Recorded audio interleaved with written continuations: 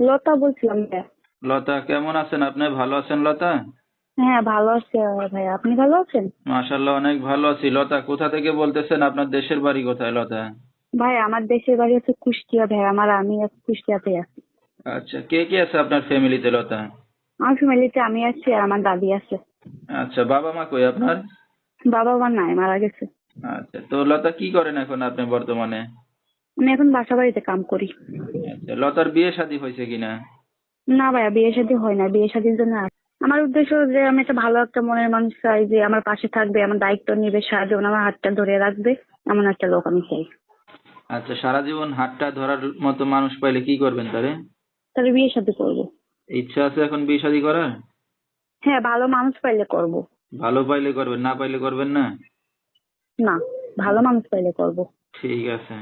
তো আপনি বিয়ে শাদী করতে যাচ্ছেন, আপনার দাদি জানে? হ্যাঁ, তার পরামর্শ নিয়ে আমি আইছি।